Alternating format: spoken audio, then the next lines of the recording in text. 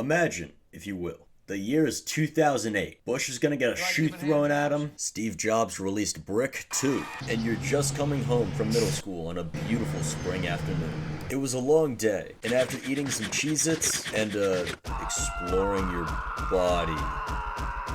Jesus, that's gross. You decide to load up Windows Vista on your dad's PC and relax by blowing up elephants with a rocket launcher. Postal 2, released in 2003 and updated until 2015, is the magnum opus of Arizona studio Running with Scissors and a very angry Italian man. You play as the dude, the hard-working, health pipe addicted, handsome straight man who's simply trying to go about his day and follow the American dream, pleasing the wife. The game takes place in the town of Paradise, where the population consists of 25% jihadis, 40% radical protesters, 15% police officers with an itchy trigger finger, and 100% of them gunning for your death. However, with enough elbow grease, determination, and the power of persuasion, the dude can evade these obstacles and finish his chores over the course of the week.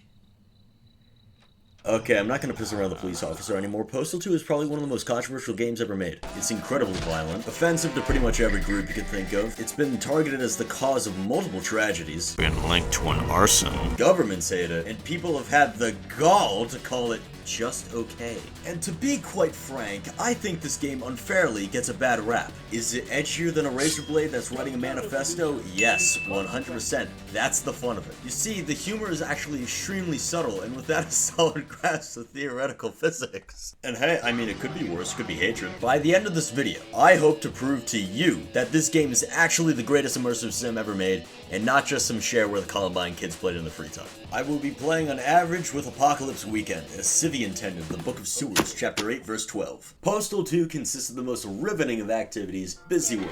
The game is set between Monday through Friday, and each day the wife will send you out with a checklist of chores to do around the town of Paradise. Complete each task and come home to find the regret of your marital choices ever growing. Simple enough, right? The catch is that Paradise, aside from some sparingly few outliers, is filled to the brim with annoying, delusional jackasses that want to kill each other just as much as they want to kill you.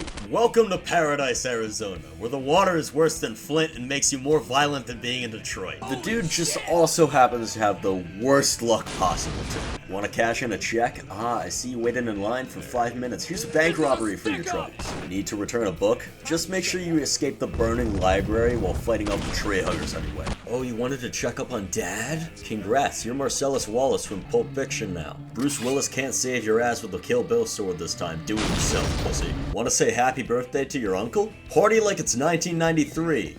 In Waco, Texas. It ain't helping that Paradise becomes more and more dangerous as the week progresses too. So you're gonna need to find a solution to getting these chores done. And while you are limited to what missions are available each day, with the map opening up more and more throughout the week, the ways you complete them are all up to you. The obvious approach is as the name suggests. Go postal. Get some guns. Use violence. Kill. Maim. I'm not helping with the stereotype. Let me rephrase this in a more family-friendly way.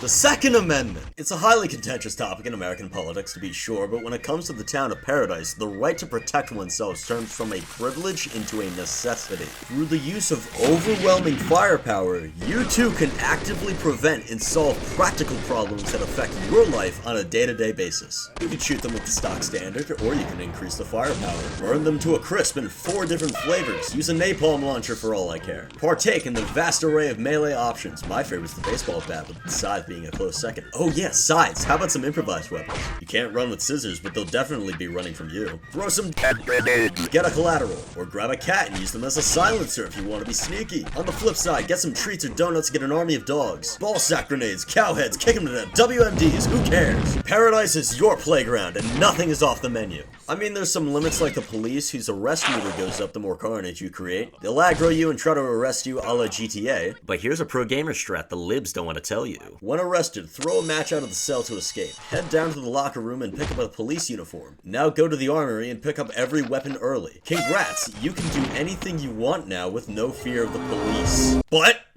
big but, you don't actually need to play like this. In fact, Postal's tagline is very fitting. It's only as violent as you are. Every objective in Postal 2, from the first to the last, can be completed in a pacifistic manner. I mean, like, technically not. You might have to tase some people, but Nerve damage is better than a cleansing, so I'll count it, alright? Is someone trying to hurt you? Just walk away. You don't have to burn everyone in that line with gasoline. You can just wait like a normal person. You can pay for the mail instead of shooting them with a shotgun. Groundbreaking, I know. But that begs the question, how do I walk the path of the righteous? Crack, and lots of it. Your health is capped at 100. Bandages and food are your staple, but if you want to go above and beyond, health pipes can overclock you to 125 instantly. Just be careful though, doing too much and stopping will cause you to suffer from withdrawal symptoms, taking some damage in the process. Or just play it any way you want. I'm not your dad. I can be if I wanted to. In like an emotional way, not like a horny way, that's weird. Postal 2 is a great way to insert your own personal philosophy.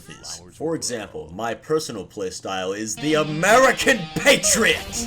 I don't attack unless provoked, I respect free American trade, I tackle injustices against those who disrupt the peace, but most importantly, I do not negotiate with terrorists.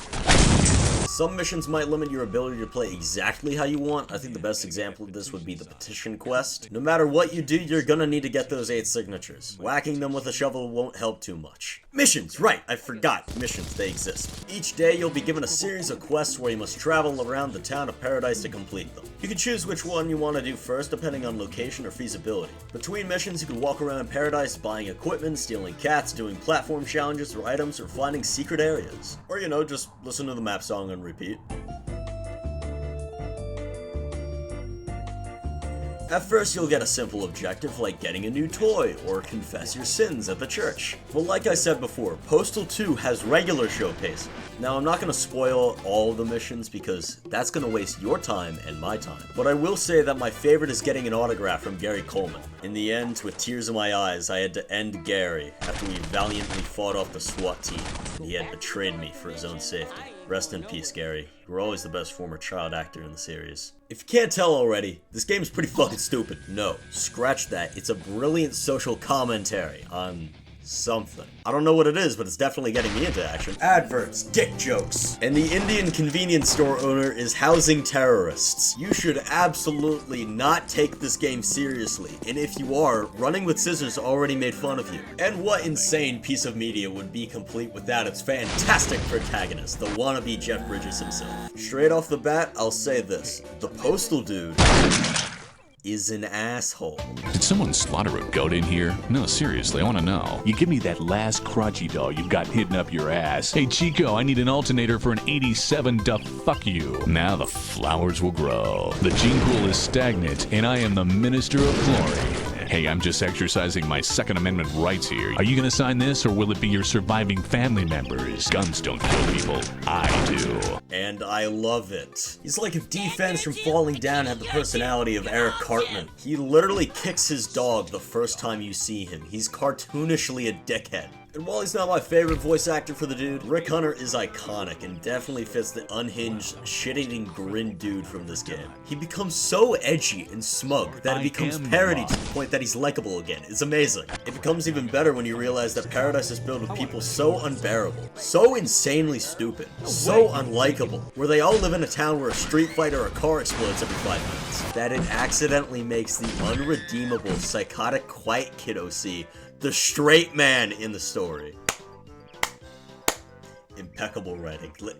It's literally Scorsese. And even at the end of Friday, after surviving the beginning of the end times, your wife shoots you in the face because you forgot to get her rocky road. You died as you lived, mildly annoyed by your immediate surroundings. That's not the end for Postal 2 though. Apocalypse Weekend follows the dude into Saturday and Sunday where he's trying to scrounge up enough money to get his dog Champ back from the pound as the apocalypse continues. It's more linear in gameplay, but I'd personally recommend it. It adds new missions, weapons, bosses, and super shotgun, my beloveds. Corkscrew Rules is basically just Postal 2 but with an Eastern European coat of paint. It may or may not be kinda shit though, so be warned. However, based on the current geopolitical climate, I'm sure the Eastern Europeans would love some kind of entertainment. You know, to distract them from mass tragedy. And Paradise Lost is just Postal 3. Yep, straight up Postal 3. There are no other versions, just this one. And like most Steam games, there's mod support for you industrious little sociopaths. And even if the game looks like shit, runs like shit, sounds like shit, the greatest lesson that Postal 2 teaches us is that you should never judge a book by its cover. Now that I've convinced you that this game is played by God-fearing, upstanding citizens of the society, I recommend buying it now. It's on sale frequently, it's only 99 cents. And if I haven't, I mean, still get it. It's offensive, obviously, but that doesn't stop it from being fun. South Park is offensive and it's one of the greatest TV shows ever made. That shouldn't stop you from enjoying good media. Like the dude says, This can't be good for me, but I feel great. I rate this game an arbitrary score of 4 for the amount of shots it takes to beat the final boss in Apocalypse Weekend with the super shotgun, which, fun fact, is far less than what it takes with nukes. Have a great night, everyone, and thank you again so much for watching. Now, if you need me, I'm heading out. This petition isn't gonna sign itself. See ya!